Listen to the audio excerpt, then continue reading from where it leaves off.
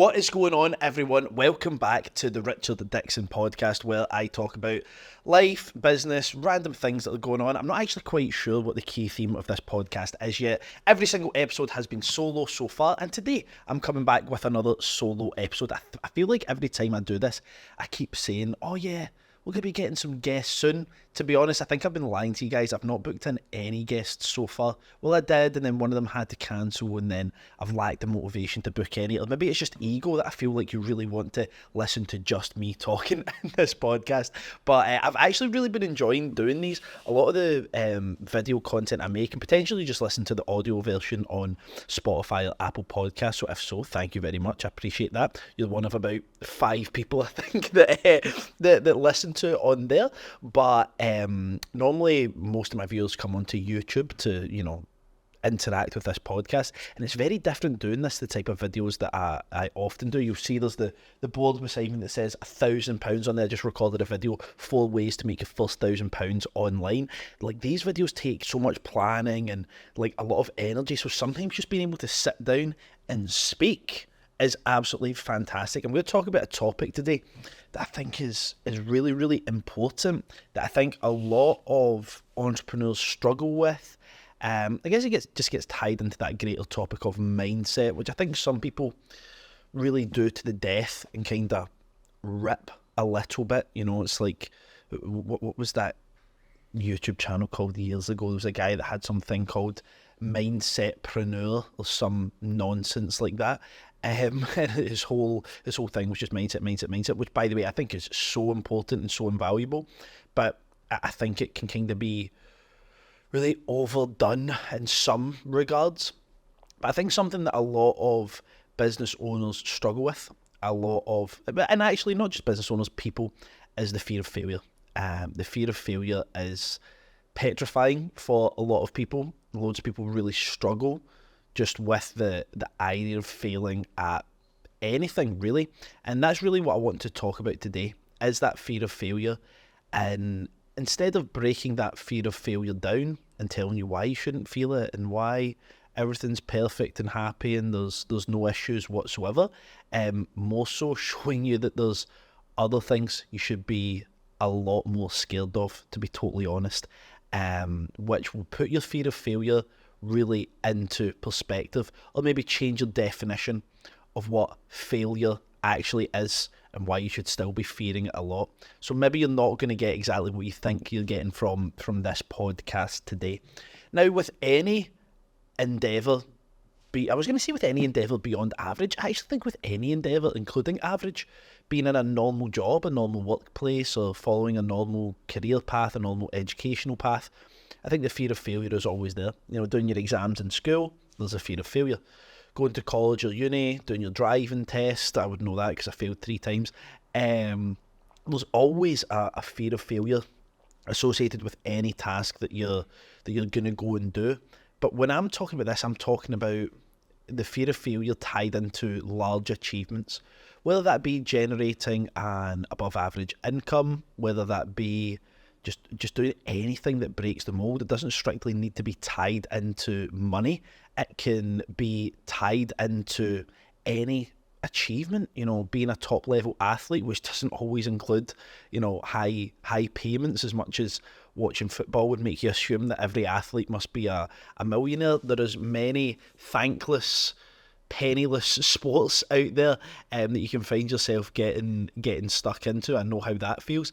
So it's really any achievement really that I'm focusing on that goes above the norm today. And I'm going to tie this into mostly business ownership and entrepreneurship, and how people are really scared to, go for that business and really push in that endeavour because they're scared that they're ultimately going to fall short, right? That's what they're scared of. And I want you guys to realise that there's worse out there that you should really be prioritising. Now, many people, when I talk to people about business ownership, I know I shouldn't be swinging on my chair, and I know if Elizabeth, one of the people that works in the office here, one of my favourite people in here, sees me swinging, she's going to be really annoyed. My back's killing me. It's absolutely killing me, so I'm going to swing just a little bit today, just to make myself a little bit more comfortable. But when I talk to people, who maybe aren't in business yet or floating the idea of business, there's so many objections to starting the business. Money, time, how do I get the clients, confusion around building an offer and building a product and how to provide the service properly. There's all that stuff there. But a lot of this ties back into a real serious fear of failing. And I think failing nowadays is way worse than what failing was even 10, 15 years ago. Because when you put a business together, it's generally expected that you're going to promote that business online, or, you yourself are going to be online in some regard, and you're going to be talking about your business online or being proud of what you've put together in your business, which means that whether it's 2 or 3 people or it's, 1 million people, there is always people watching that journey, which to me I've always thought was pretty cool. But what it also means is that if and when you fail publicly, and everyone sees it. Everyone sees your failures. You can't fail in secret anymore, which I think societally, especially for young kids, kind of making their way in the world just now, like school-age kids, you can't fail without everybody seeing it, and it's on someone's Snapchat or whatever it is, and it ends up getting screen recorded and put on Twitter, and then a meme page picks it up, and next thing you know, you're a couple of clicks away from being a viral sensation, and not in the way that you would have wanted it to happen, which is tough. It's really tough, and mentally can have a real negative effect on young people, I think. But in business, this happens as well. Like, I often think about this, and not in like a, I'm scared way, but I think about, the amount of views I've had online, the amount of people who just know of my face. I'm not saying know me as in know a lot about me. Maybe they think they know a lot about me, but they've got, the wrong story or whatever. And I think to myself, if I failed, it would be like a death sentence, almost, because the ridiculing you would get and the abuse and the comments, like, I feel like if I properly failed, like royally messed it up, I would like have to nuke my social media and like move country or something and start business again. But I would not be able to survive in Scotland, because you put all this stuff out there on a public platform, you put your wins out there on a public platform, your opinions on a public platform, and as soon as you fail, you're just going to get absolutely destroyed. We see this with influencers. That's not me calling myself an influencer. I never would. I would be embarrassed to call myself that. But you see it with influencers who start businesses, or, mess something up, mess a deal up, or say something wrong, and they get cancelled for it or whatever.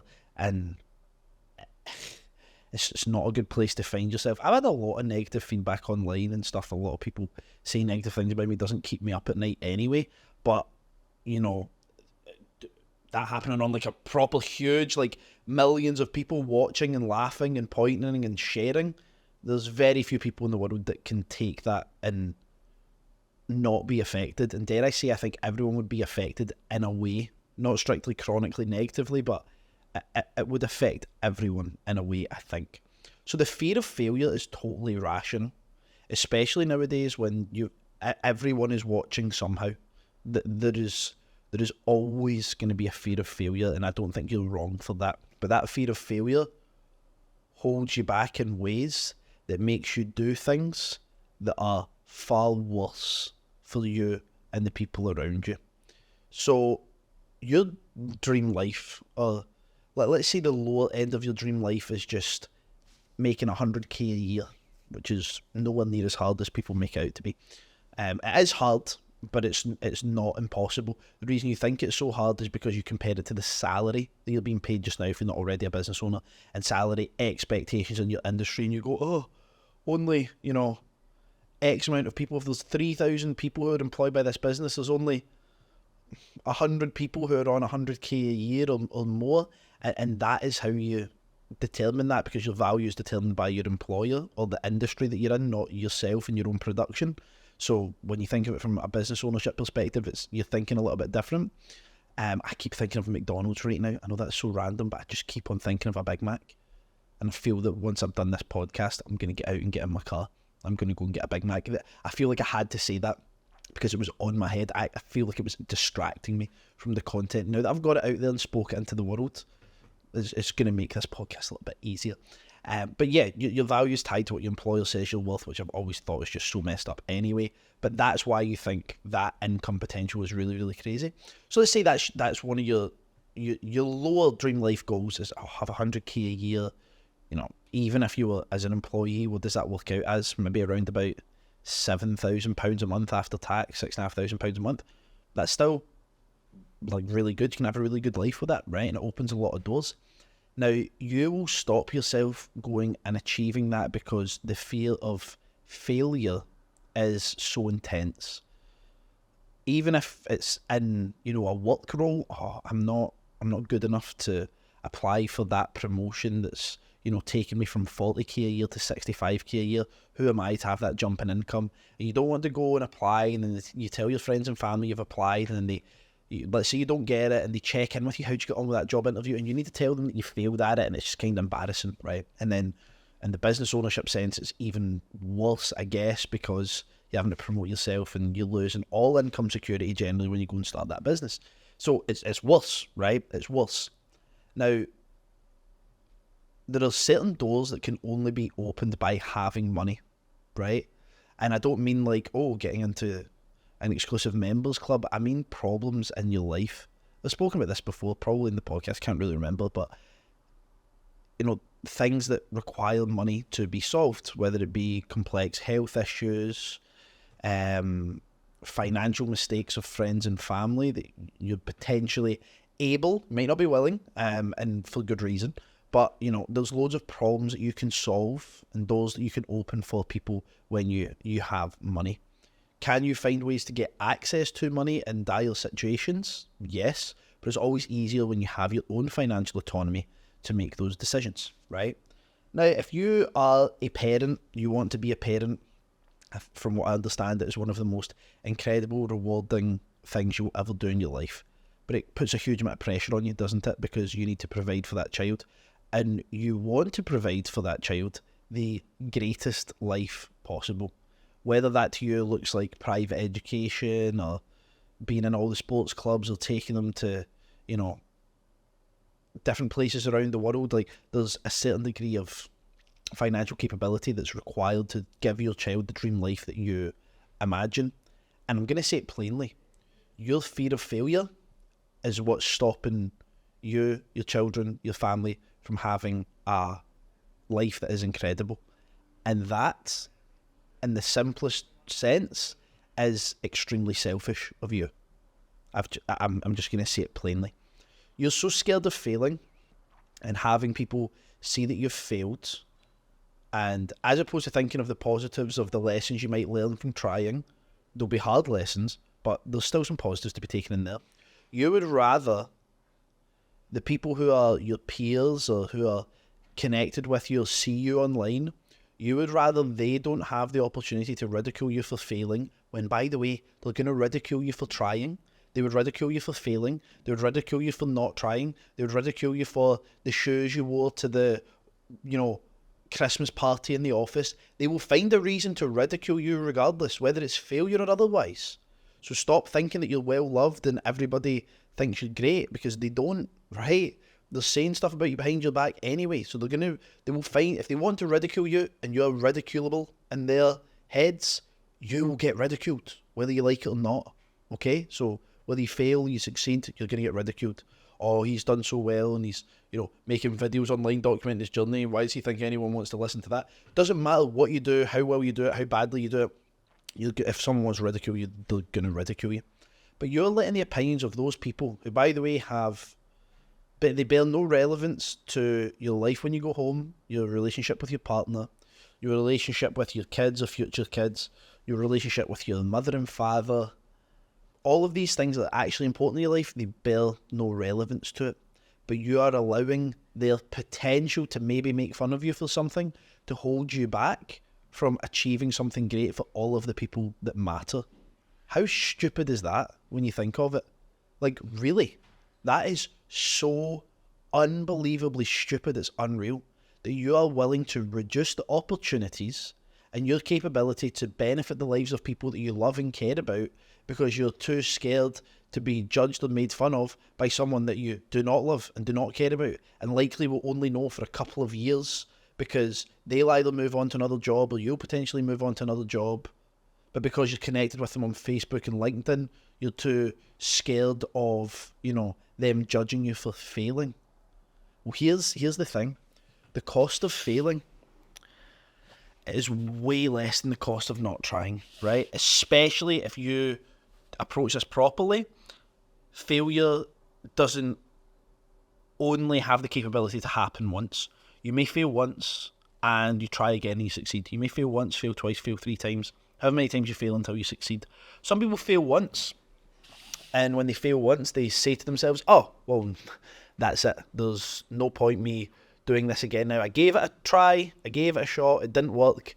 That's it. I've failed. Move on. That's not really business and entrepreneurship. That's not how it works, in my opinion. You get as many hits as you want, and you learn lessons every single time that enable you to be a better entrepreneur the next time. That's the beauty of this stuff, in my opinion, right? But the price of you not trying whatsoever is really a lot bigger than failing. Failing, you might lose some money, okay? Now, the reality is you probably didn't have a significant amount of money anyway prior to trying. That's not a personal affliction. That's just based on average numbers in UK households. So you just might not have that much money. So if you lose money, might be a couple of £1,000, all right? You can always make more. Simple.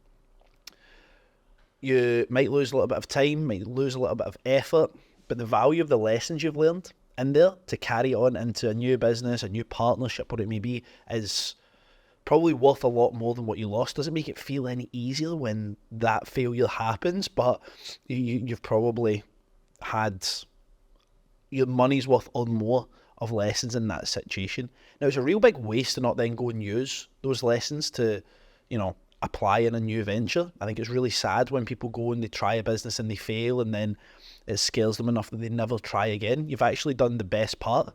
Like, the thing that is going to teach you the most, you actually went and done. And I don't believe that you need to have a failure to be successful. You don't need to build something, lose it all, and then have to build it again, like you hear in every single bloody life story on YouTube. That doesn't need to happen. Some people can make something really good from the start, and you'll have individual micro failures within the organisation. I hired the wrong person that time, I bought the wrong thing, I made the wrong deal, I agreed the wrong terms. There'll be micro failures in there, but they don't need to be like critical for the organisation. But when you choose not to try, you're restricting yourself and many other people who are ultimately relying on you, whether you like it or not, from certain experiences or luxuries in their life. And I don't mean luxuries as in the diamonds, although it can be the diamonds. I'm talking about luxuries as in access to better healthcare. If they come into a situation where they're in real financial difficulty, you can bail them out, you can help them, you can be of assistance to them. You can enable your parents to retire earlier and all these different things. It's opportunities that you have that are extremely, extremely powerful, but only if you choose to try. And if you fail, you choose to try again. And if you fail, you choose to try again. It's a kind of never-ending loop sometimes, depending on the situation you find yourself in. So the fear of failure is real, and you should be scared of failure, but you should not be scared of failing in business. You should be scared of failing as a person, failing as a human, failing your responsibilities to the people that you apparently love. Now, you're doing this is what is called cognitive dissonance.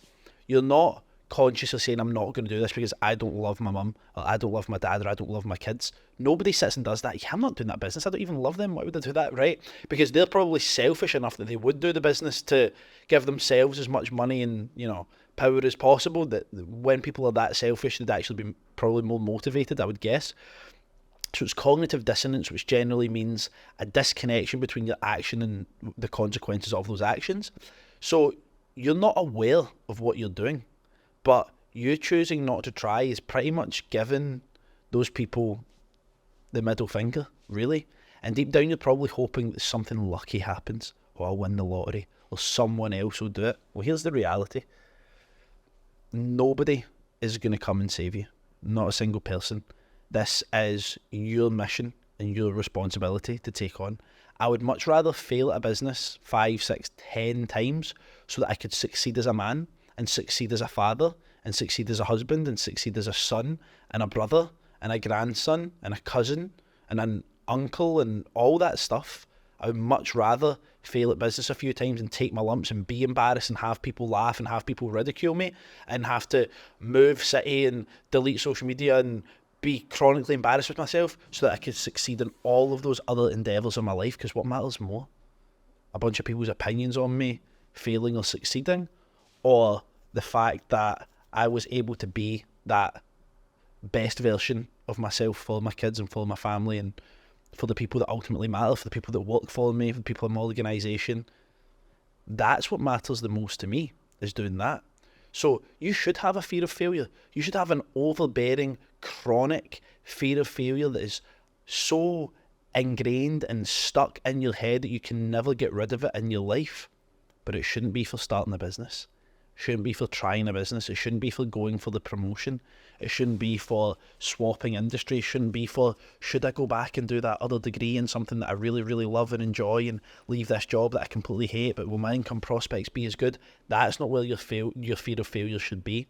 Your fear of failure should be attached to not fulfilling what I believe is your human responsibility, to be able to care for the people that you love and care for them beyond a reasonable level. I still love my mum. I still care for my mum. I'm still able to do things for my mum. I'm still able to do this and that. The likelihood is that you'll never have to do a multi-six-figure bailout of one of your family members. The likelihood is that they will never need a super expensive surgery that you need to cover. These are all likelihoods that probably won't ever happen, right? Realistically, percentage-wise, they won't happen. But see if they do, and you're in the situation, and there is nothing you can do to help them, let me know how that fear of failure or that feeling of failure actually feels. That will be worse than anything you could ever imagine. Worse than a couple of people poking fun at you on the internet about, oh, he started a business, oh, it's... This is what I always hear. People always like, oh, you started a business, you're posting videos. That's embarrassing. Imagine videoing yourself. Well, stick to your small-time shit job then. You stick to your job. Stick to, doing whatever it is you do, you small-minded loser. You're never going to achieve anything in your life because I am willing to do things that you're not willing to do so that I can have results that you will never achieve. And God forbid something negative happens to a member of your family, you're going to be looking to people, everyday people like myself and yourself and anyone you bump into in the street to bail you out for your lack of action and your, what? Failure. They failed, right? They failed that task. I would rather be ridiculed. I'd rather become an internet meme. I would rather become an internet meme, totally viral, laughed at every day and feel embarrassed about it and feel hard done by, whatever you want to call it. I would rather all of that than fail as a man, as an individual. Because one of them I can live with and the other I can't. I can live with getting made fun of, right? Okay, yeah, I'm the butt of the joke. Yeah, I open my phone every time I'm tagged in a new post making fun of me. Haha. Very funny, that's good. Whatever. But if I had to wake up and look at my kids and know I was letting them down, or look at my wife and know I was letting her down, I wasn't being that best example of myself, wasn't able to give them the things that I wanted to give them, or I told myself or I promised them I would give them, but I gave up on that because I was too scared. Something so bitch-like is, oh, I'm scared of what people would think about me on the internet. What if I fail? Sorry, son, you can't have this. Sorry, daughter, you can't have that. Can't have these experiences because dad's too scared of people on the internet making fun of him. Get over yourself. Honestly, have some respect for yourself and your family. You've had ancestors and generations of your family that have fought in horrible, bloody wars and built half the world, especially in Scotland here with their engineering prowess. They've built half the world, put the railroads down, sent ships to sea to bring this world together, laid cables across oceans to allow us to communicate around the world. but you're too scared to start a business. You're too scared to apply for a job that pays you 10 grand more a year. Oh, I don't know what to do. I'm so scared.